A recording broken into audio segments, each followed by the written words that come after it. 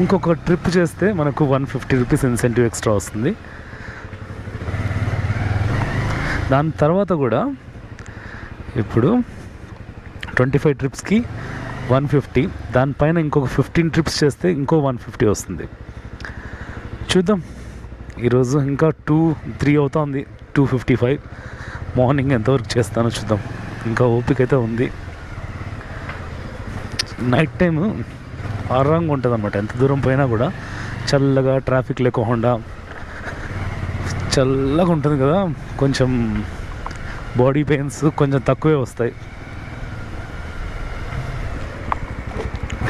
అంటే నా బైక్ని మెచ్చుకోవాలా.